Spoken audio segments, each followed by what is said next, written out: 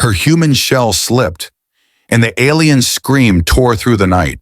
The wind on Carthos 7 screamed like something alive, a hollow metallic howl that twisted through the fractured minds and empty domes. Beneath that endless night, two figures lay half buried in the ice. One human, one alien, both broken in body and in faith. Commander Lyra Vance came to first. Pain returned before memory, a jagged, living thing crawling under her artificial ribs. Her gloved hand scraped metal. The ground pulsed faintly beneath her palm, like the heartbeat of a dying world. Her vision flickered between red emergency light and darkness. For a moment, she couldn't tell which was worse. Across from her, Kyle Thor stirred. His crystalline exoskeleton had fractured, glowing faintly with internal heat. The alien's mandibles clicked once, a sound between a gasp and a prayer. "Your human shell," he rasped. "It's slipping." Lyra looked down, where the skin of her arm had been torn open. Pale alloy gleamed, smooth, cold, inhuman. A faint mist hissed where the night air touched it. She almost laughed, but the sound came out strangled. "So is yours," she whispered. Kale's black eyes shimmered, reflecting her broken form. A soldier built to look human, built to forget what she'd done. The ground shuddered. Far below, something ancient moved, a vibration older than either species, resonating through metal and bone alike. The relic beneath the ice was waking. Lyra reached for Kale's hand, not out of trust, but because instinct screamed that no one should die alone down here. When their hands met, the world screamed back, and the stars, and for the briefest impossible moment, screamed with it. Under the thin, cracked sky of Carthos 7, the horizon glowed with the dull amber of refineries long shut down. Once this moon had fed the engines of empires. Now it was a graveyard. Half-abandoned mining domes, steel skeletons rising from frozen dust, and deep beneath it all, the silence of something ancient and waiting. Commander Lyra Vance stepped off the shuttle ramp, the crunch of frost echoing like gunfire in the still air. The cold bit through her coat, but she barely felt it. Her nerves were threaded with carbon filaments, her pulse measured in artificial rhythms. She adjusted the neural port at the base of her skull, an old habit from a time when her heartbeat was still her own. A crowd of Thraney miners stood beyond the landing pad, their faceted eyes glinting in the harsh light. They whispered in clicks and tones too high for human ears, but Lyra could guess the meaning.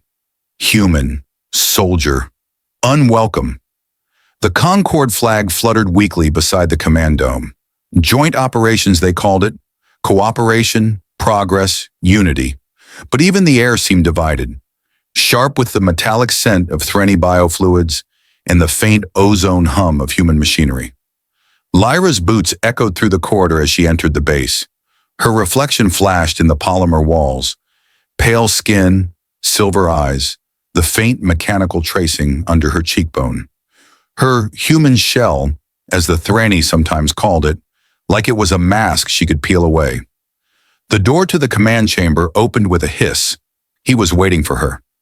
Cal Thor towered over the room's holographic console, his exoskeleton refracting light into shards of violet and blue. His movements were precise, deliberate, as if every gesture had to earn its existence. His voice, when he spoke, was a low resonance that carried both command and contempt. "Commander Vance, the Concord sends you." Again, Lyra offered a thin smile. "And the Thraney send their hospitality, I assume?" Kyle's mandibles flexed once, the Thraney equivalent of a frown. "This moon is Thraney territory. Your people mined it, broke it, then left it to die. Now when the ground cries, you return to listen." She folded her arms. When the ground cries, someone should. For a moment, neither spoke. The holographic projection between them showed seismic readings, rhythmic pulses deep beneath the crust, too regular to be tectonic. Lyra leaned closer. "That's not geological," she murmured. "It's patterned." Almost intentional. Kale's plates shimmered. "The miners found symbols in the lower tunnels. My team sealed them. They disturbed the workers. Let me see them." He hesitated, the faintest twitch in his thoracic plates betraying irritation. "You humans have a habit of touching things you shouldn't." Curiosity is a design flaw, she said lightly. One of our better ones. His gaze flickered over her. Not just observation, but analysis. You are not all human, he said. Lyra met his eyes. Depends on the day. They descended into the mine together. Lyra, Kale, and 2 assistants from each species. The elevator rattled through kilometers of frozen strata until the metal walls gave way to raw, dark rock. The air grew heavy with ionized dust. Threny biolights cast a pale azure glow, reflecting off the wet mineral veins that pulsed faintly like veins under skin. Lyra knelt by the wall where symbols had been carved. Spirals, interlocked lines, shapes too complex for random formation. They shimmered faintly, like the stone itself was remembering something. Who made these? She asked quietly. Kale's mandibles clicked. No one alive. She ran her fingertips along the grooves. The surface was warm, impossibly warm, and beneath the touch, a faint vibration, a pulse. It traveled up her arm, through her prosthetic shoulder, and into her chest like a heartbeat that wasn't hers. She flinched back. Her internal diagnostics spiked. Heart rate irregular, neural link interference. Kyle stepped forward, his voice sharper. What did you do? Nothing, she said, breath catching. It reacted. Reacted. His tone was disbelief laced with fear. The stone? No. Me. The hum deepened. The ground beneath their feet trembled, a slow, rising rhythm that made the lights flicker. The Threny guards exchanged rapid clicks, retreating toward the lift. Lyra's instruments began to scream. Seismic readings spiking into impossible ranges. Kyle grabbed her arm. We leave. Now but Lyra couldn't move. The pulse under her palm intensified, syncing perfectly with the rhythm of her artificial heart. For a heartbeat, she felt a connection, a recognition, something vast and ancient reaching up from the dark, whispering in electric pulses only she could feel. Then the tunnel roared. A shock wave tore through the chamber, throwing them to the ground. Dust and shards of ice rained down. Through the haze, Lyra saw the carvings flare with light, not reflected, but alive, crawling across the stone in veins of golden blue. Kyle dragged her toward the lift, shouting orders in his native tongue. She stumbled after him, half blind, clutching her chest where the pulse still echoed. When they reached the surface, the alarms were already blaring. The base trembled as the scanners went wild. Report! Kyle barked at his officers. A Threny technician turned, his mandibles quivering. Commander, it's not seismic. Kyle glared. Then what is it? The technician hesitated, staring at the readings that no longer made sense. It's biological. Lyra looked out toward the horizon. The frozen plains of Carthos 7 shimmered faintly under the stars, as though the entire world had begun to breathe. She whispered half to herself, half to the dark below. What the hell have we woken up? And somewhere far beneath the surface, the pulse answered. The elevator shuddered as it plunged back into the frozen earth. The emergency lights flickered, painting Lyra and Kale in alternating bands of crimson and shadow. The air between them vibrated faintly, carrying a hum that neither spoke about, yet both could feel. Below, the seismic anomaly pulsed again, not like tectonic movement, but like breath. Still think it's a natural occurrence? Lyra asked, gripping the railing. Her voice was steady, but her pulse, the mechanical part of it, raced to keep up with something deeper, older. Kyle's faceted eyes never left the descending tunnel. Natural or not, it should have stayed buried. The Threny sealed the lower chambers for a reason. Lyra smirked, the gesture more reflex than humor. You seal things. Humans dig them up.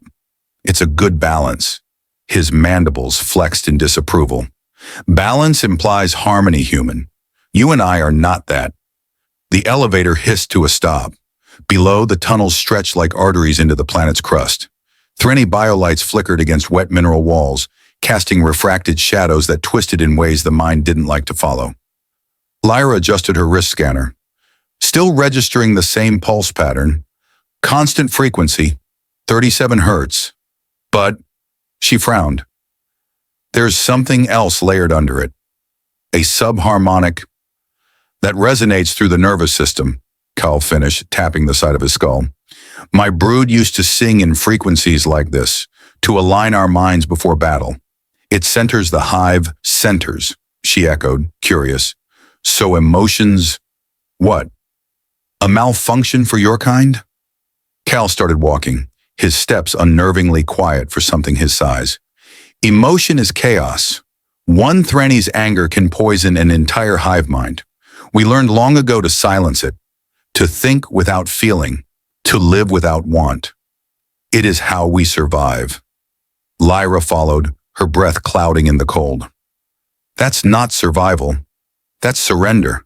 He turned slightly, the low light glinting off his crystalline face. You mistake stillness for weakness. No, she said softly. I mistake silence for fear. For a few moments, the only sound was the faint, rhythmic hum echoing from the depths. It pressed against their ears like a living presence. Lyra's scanner chirped, then died, its display flashing static before shutting off entirely. The hum had grown too strong, scrambling their instruments. She cursed under her breath. Kyle crouched near a jagged formation of stone that looked disturbingly deliberate. Twin spirals interlocked, etched into the wall. The pattern pulsed faintly, light traveling through the veins of the rock as though it were alive. Lyra knelt beside him, her curiosity overpowering caution. You see this symmetry? Two genetic helixes, one's human, one's Threnny. It's like someone carved the structure of our DNA centuries before either of us evolved. Impossible, Cal murmured, though his tone carried uncertainty. We share no ancestry. Lyra's fingers hovered over the glowing lines. Then why does it recognize us? The hum deepened. It was no longer sound, not entirely. It vibrated in their bones, in their blood. Cale staggered back, clutching the side of his head. It's inside, Lyra gritted her teeth. It's matching our frequencies, our biochemistry. She broke off as the wall shifted. The rock itself seemed to ripple, rearranging into mirrored shapes, like an organism reconfiguring its cells. The temperature dropped. Frost bloomed across Lyra's gloves, yet the markings pulsed with warmth. She pressed her palm against the wall despite the danger. The hum grew louder, then splintered into faint, harmonic notes. It sounded like a choir whispering at the edge of comprehension. Cale's breathing quickened, a sound halfway between a growl and a plea. Stop touching it! Can't, Lyra whispered. It's responding. The light flared, brilliant and alive, then dimmed just as fast. When Lyra pulled her hand back, the metal plating of her palm glowed faintly, as if the pattern had burned itself into her skin. Kyle stepped closer, examining the faint golden imprint. You've been marked, he said quietly. It chose you. Lyra laughed weakly. Lucky me. They moved deeper into the tunnels. The hum followed, softer now, more rhythmic, almost like a heartbeat sinking to their steps. After a while, Kyle broke the silence. You speak as if your emotions make you strong. Yet they drove you to war. They nearly destroyed us all. Lyra stopped. You think logic spared you? You turned your weapons on colonies that didn't even fight back. You called it order. He turned, his voice cold and sharp. I lost my brood in that war. Every hatchling, every voice I could hear inside my mind. Gone in an instant because your kind decided they were a strategic resource. The weight of his words hung between them like dust in the dark. Lyra exhaled slowly. I'm sorry, she said, and it wasn't diplomatic or rehearsed. It was raw. If I could trade places with them, I would, but I can't. So I came here. To fix what we broke. Cale's gaze lingered on her face. The hum softened again, like it was listening. You humans, you bleed emotion until the stars drown in it, he said finally. And yet, somehow it doesn't destroy you. It's the only reason we're still here, she said. We adapt because we feel. We survive because we care. You call it chaos. I call it courage. Something flickered in his expression. Not agreement, but recognition. The floor trembled suddenly, a low groan reverberating through the tunnel. Cracks split the walls as the ground heaved. A section of ceiling gave way. Lyra stumbled, the floor beneath her collapsing into a pit. Kyle lunged, catching her by the wrist just as she fell. His claws closed around the metal plating of her arm, and the contact burned him. Steam hissed where his skin met alloy, but he didn't let go. "Don't move!" he growled, straining against the pull. His claws dug into the rock, fracturing it. Lyra's feet dangled over darkness that seemed endless. "Kale, your hands!" "Silence!" he barked, but his voice was tight with pain. With a final heave, he dragged her back onto solid ground. He fell to one knee, smoke rising from his scorched palms. Lyra reached for him instinctively, but he flinched back. Her voice softened. "You didn't have to." "I did," he said quietly. "You would have done the same." She hesitated, then nodded. "Yeah, guess that's our curse." Before either could speak again, the hum changed. It grew articulate, layered, melodic, and unmistakably alive. Then clear and resonant, a voice filled their minds. It wasn't Threnny. It wasn't human. It was both. Two frequencies aligned, it said. Two halves remembering the whole. Lyra froze. Kale's eyes widened. "Who are you?" she whispered. The voice answered, soft, almost kind. "We are what you were meant to become." And the darkness beneath them began to breathe. The next 72 hours blurred into static and shadow. Lyra barely remembered how she reached the research dome after the encounter in the tunnels. Every screen, every instrument in the outpost screamed interference. Power surges, magnetic distortion, seismic readings that looked more like heartbeats than tectonics. The hum followed her, faint but constant, an echo beneath her skull. She sat before a flickering console, analyzing samples of the glowing minerals scraped from the cavern walls. The molecular lattice was beyond comprehension, organic yet crystalline, forming self-replicating patterns that shifted when observed. It wasn't just reacting to its environment, it was adapting to her. On the monitor, the genetic models twisted and merged, human DNA interlocking with alien sequences that shouldn't even exist. It was as if the relic was rewriting the concept of life itself. "Terraformer," she murmured. "No, more than that." The realization hit with a kind of holy terror. The relic wasn't designed to build worlds. It was designed to fuse them. A biological convergence engine. A relic from a civilization that had tried to erase difference itself by merging species into one unified organism. "God," Lyra whispered, staring at her reflection in the screen. "It's not evolution. It's assimilation." The lab doors slid open with a hiss. Cal stepped in, his form framed by the cold blue lights. His armor bore new scorch marks. His expression was harder than before. "You found something?" he said. She nodded slowly, gesturing toward the data. "It's a terraformer, Kyle. But not like anything we've seen. It doesn't just change terrain, it changes us. It was built to combine life forms at the genetic level. To unify them," Kale's eyes narrowed. "Unify? You mean corrupt?" "Consume? No," she said sharply. "Think bigger. Imagine what this could mean.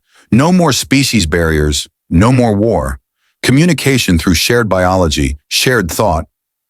He slammed his clawed hand onto the console. The display flickered. "You sound like the ones who built it, and they are gone.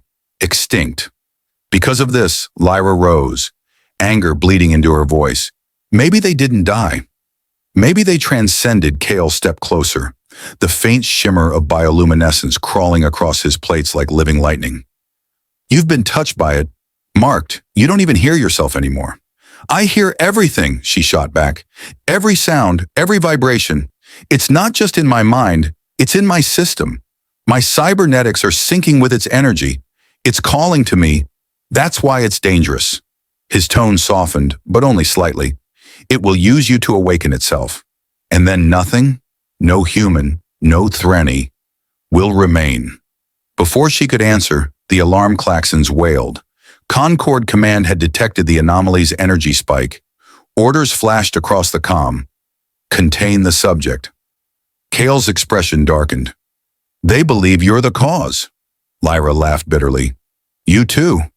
I don't have a choice." He moved forward, but she was already running. The corridors blurred as she sprinted toward the loading bay. Sparks rained from the ceiling. The hum grew louder, almost sentient.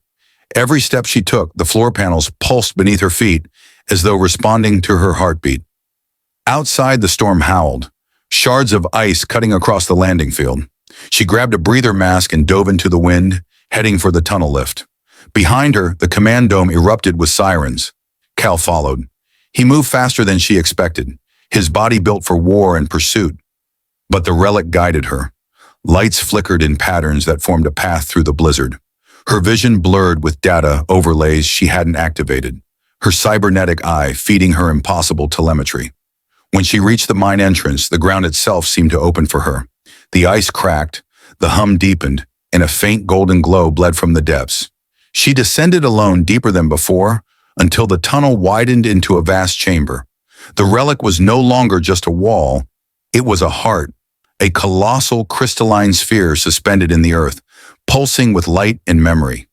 Veins of bioluminescent mineral ran from it like arteries through the stone. Lyra stepped closer. The air shimmered around her, thick with static.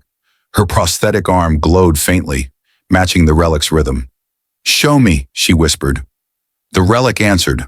Light erupted from its surface, fractal and alive, washing over her in cascading waves of gold and violet. Her mind filled with images, cities made of living crystal, beings of impossible grace, merging and dividing like thoughts given form. A civilization that had reached beyond individuality into something vast and shared, before it all collapsed into screaming light. She stumbled back, gasping.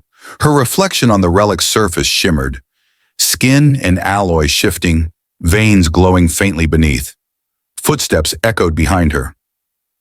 "Lyra!" Kyle's voice cut through the resonance. He entered the chamber, weapon drawn, the light refracting wildly off his armor. "Step away from it. I can control it," she cried. "It's not trying to destroy, it's trying to connect. It's rewriting you." He fired a containment pulse.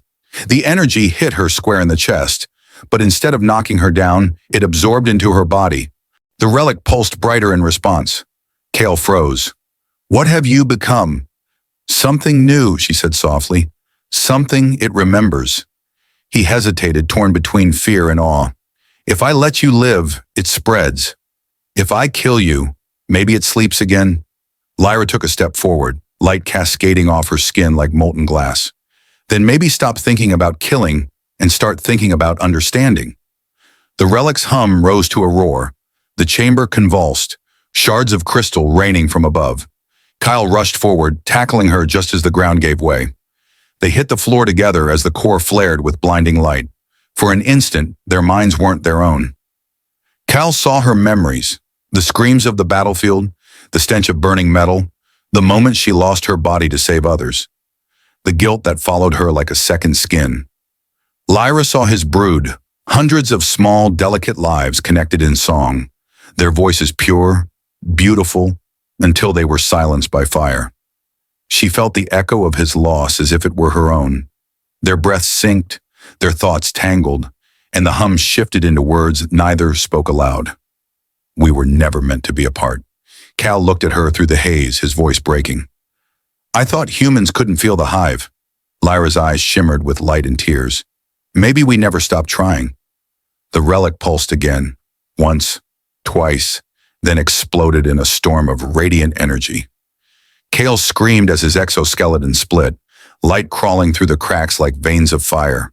Lyra's metal arm fused seamlessly with flesh, her eyes burning with alien luminescence. They fell to their knees, the world trembling around them. The relic's voice filled their minds, soft, endless, patient. Two frequencies aligned. Beginning synthesis. Lyra tried to speak, but her voice fractured into echoes. Kel reached for her, his claws trembling. "Lyra, what's happening to us?" She smiled through the tears. "Evolution." The chamber went white, and somewhere, deep beneath the surface of Carthos 7, the heartbeat of two species merged into one. The first thing Lyra felt was breath, but it wasn't hers. The second was pain, but it wasn't his. Light pulsed above them, filtered through fractured ice and the faint shimmer of the relic's glow. They lay entangled on the cold stone floor, armor and skin fused where the energy had struck them. Every inhale they took was shared, every heartbeat resonant. When she opened her eyes, Kale was already watching her. "Are you alive?" she asked. He blinked, voice rough with disbelief. "I feel you." She sat up slowly, her fingers trembling. His thoughts brushed against hers like whispers, alien syntax forming emotions she could understand. Grief, caution, wonder. It wasn't telepathy, it was entanglement. Their minds had been woven together by the relic's resonance. Kale pressed his clawed hand to his chest. "Our neural patterns merged. Your machine blood, my synaptic field. We are not two anymore." Lyra tried to stand, staggering. "We're a bridge." Outside the cavern, the sky flashed red. Distant thunder rolled. Not natural, but orbital bombardment warming up. The conquered fleet had arrived. Kale turned his gaze upward, antennae trembling. "They've decided to cleanse the surface. Containment protocols. They believe we are infected, not infected," Lyra said, clenching her fists. "Evolved. They won't see the difference." She looked at the relic's core, still alive, still pulsing, but now fractured, leaking motes of energy that shimmered like souls trying to escape. If they destroy this place, they'll never understand what it was trying to do. Cal's thoughts brushed hers again, heavy with sorrow. "It was not meant for us." "Yes, it was," she replied aloud. "For everyone." To connect what war broke. The hum deepened as though answering her. The relic's light reached out, thin filaments crawling along the walls toward them. She felt its intention, not conquest, not infection, but completion. Kyle gripped her arm. "It's calling again. If we let it, it will finish what it began, and if we don't, it will tear itself apart, and us with it." They stared at each other, realization dawning like sunrise through storm clouds. Only a complete synthesis, one mind, one host, could stabilize the relic's energy. Someone had to become the bridge entirely. Kale stepped forward. "Then it should be me. The Threnny caused this imbalance long ago. We mined what we did not understand. Let my life end it." Lyra caught his wrist. "You think I'll let you die so humanity can call it peace? It's not your decision." Her grip tightened.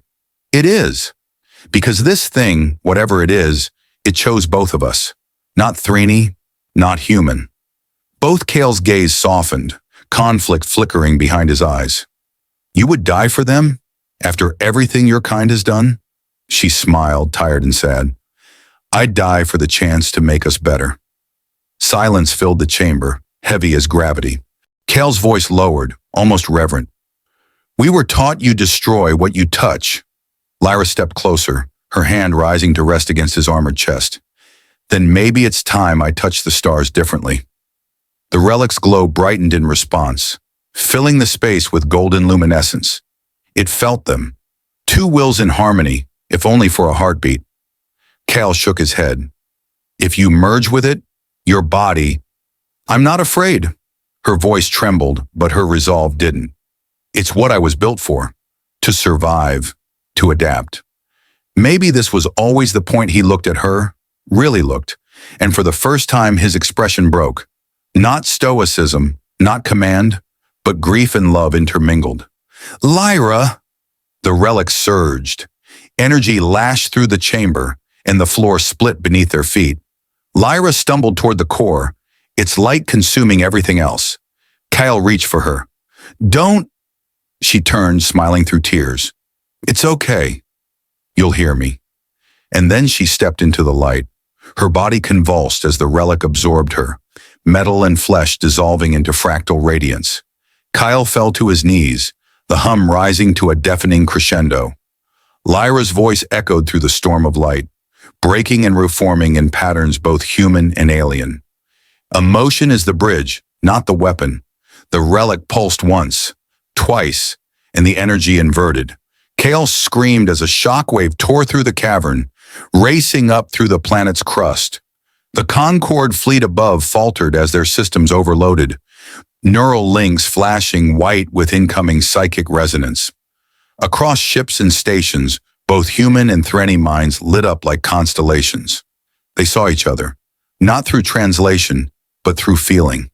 They felt the warmth of human hope, the weight of Threnny discipline, the echo of 1,000 lost memories shared across species. For the first time in recorded history, empathy became universal. Cal collapsed, trembling, his vision filled with gold. Around him, the relic's form dissolved into drifting motes, carried upward like seeds into the dark. The hum faded to silence, replaced by the faint rhythm of 2 heartbeats, 1 memory. He opened his eyes to the stars above. The bombardment had ceased. The fleet hung motionless, awash in the afterglow of shared thought. A voice whispered in his mind, not sound, not words, but pure resonance that vibrated through every part of him. Tell them, we can be more. Cal looked toward the horizon, tears streaking through the dust. The night was quiet again, the storm finally still. He rose slowly, his armor cracked and his pulse unsteady. The link between them flickered faintly, a ghost-like connection, but it was there. Above Carthos 7, human and Threnny ships slowly turned their weapons away. No orders had been given, but every captain understood. They had felt her choice. Kyle pressed his hand to his chest, feeling the echo of her heartbeat within his own. You touch the stars, he whispered.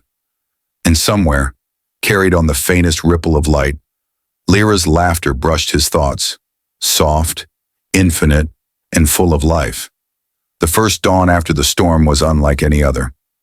Carthos 7, once a cold, fractured mining moon, had begun to glow.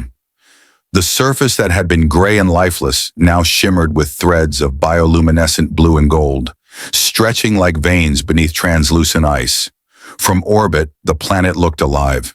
Its continents pulsed with gentle rhythm, a heartbeat that matched no known geological process.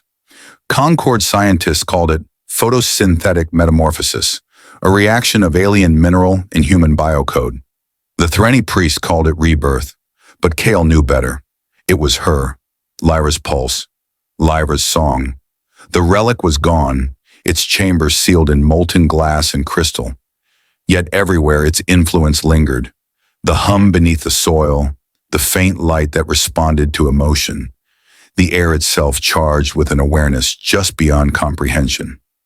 Kale stood at the edge of the old excavation pit, armored plates dulled with ash and time.